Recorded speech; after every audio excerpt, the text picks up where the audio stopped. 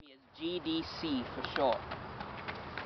I was best known in these parts for having served in two navies, the British and then the US.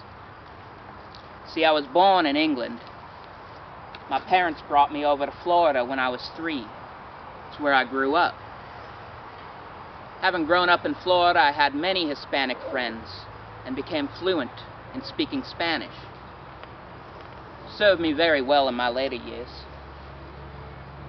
After schooling, I decided to see what my homeland was like, so I went across the sea and ended up joining the British Navy. I served on the gunship the Cromwell. We defeated the Russians and ended the Crimean War at the siege of Sebastopol. Afterward, I was asked to join the US Navy. So I went to San Francisco and served under David Farragut. The Battle of Mobile Bay. I was on the USS Hartford with Farragut himself. Next to us was the USS Tecumseh. We were sailing into the bay when, boom! The ship hit a landmine and sunk.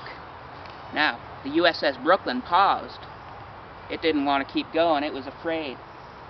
David Farragut, he climbed up to the top of our ship, looked out over the smoke, and said, "Damn those torpedoes, full speed ahead!"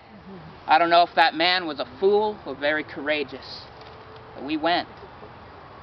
And I was terrified that we would suffer the same fate. Fortunately, we won the battle. 3 months later, the Civil War was ended. I decided to pursue more peaceful things. I did some whaling in the Pacific Ocean, did some traveling to Mexico.